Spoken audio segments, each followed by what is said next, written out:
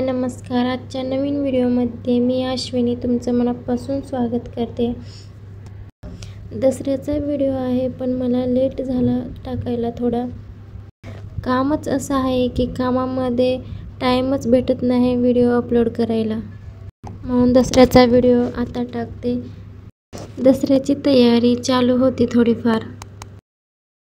अथर्व म्हणला माझ्या पण गाडीला हार बनव, मी पण गाडीला घालतो. सर्वजण आपापल्या गाडीला हार घालतात, तरी मी पण माझ्या गाडीला हार घालतो. मला छोटासा हार बनवून दे, असं अथर्व म्हणू लागला. मदत करत होता, फूल पान देत होता मला. आंब्याची पानं आहेत. हार बनवते दरवाजाला आणि छोट्याशा मंदिराला लावायला.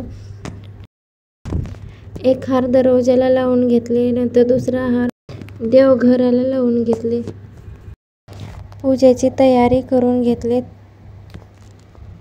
घरामध्ये जेवढे पुस्तकं आहे तेवढ्या पुस्तकाची पूजा केली.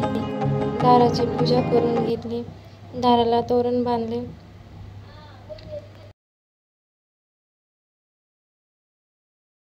नंतर घरातल्या देवाची पूजा करून घेतली.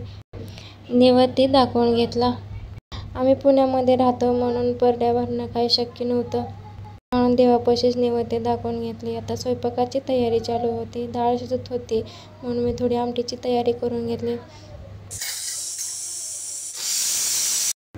लगेच पीठ मळायला घेतले.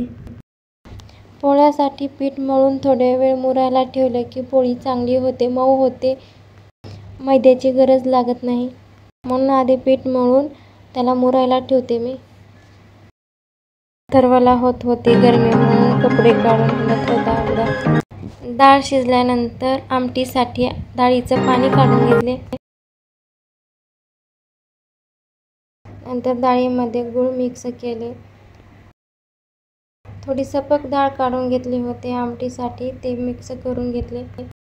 नंतर पुरण वाटायला घेतले. पुरण वाटत होते. असं चाळणीनं पुरण वाटलं की पोळ्या करायला खूप सोपं पडतं, म्हणून पुरण वाटून घेतलं. अथर्वला तर पुरण वाटलेलं खूप आवडतं. नंतर पुरण वाटून झाल्यानंतर आमटी करायला घेतले. आमटी करत होते. प्रत्येकाची पद्धत वेगळी असते आमटी बनवायची. तुम्ही कसे बनवते कमेंटमध्ये नक्की सांगा. मी तर कशा प्रकारे आमटी बनवते.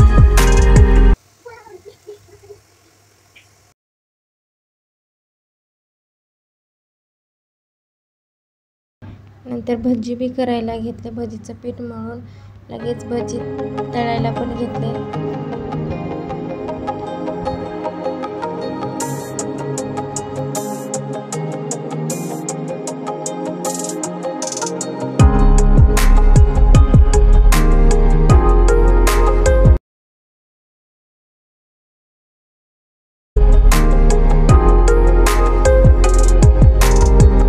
नंतर पोळ्या करायला घेतले.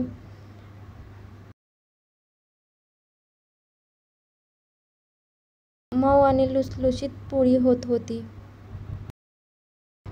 बघा, तुम्ही बघू शकता पोळी किती छान फुगत आहे. आजचा व्हिडिओ कसा वाटला ते नक्की सांगा कमेंटमध्ये. भेटू पुढच्या व्हिडिओमध्ये. आता बाय.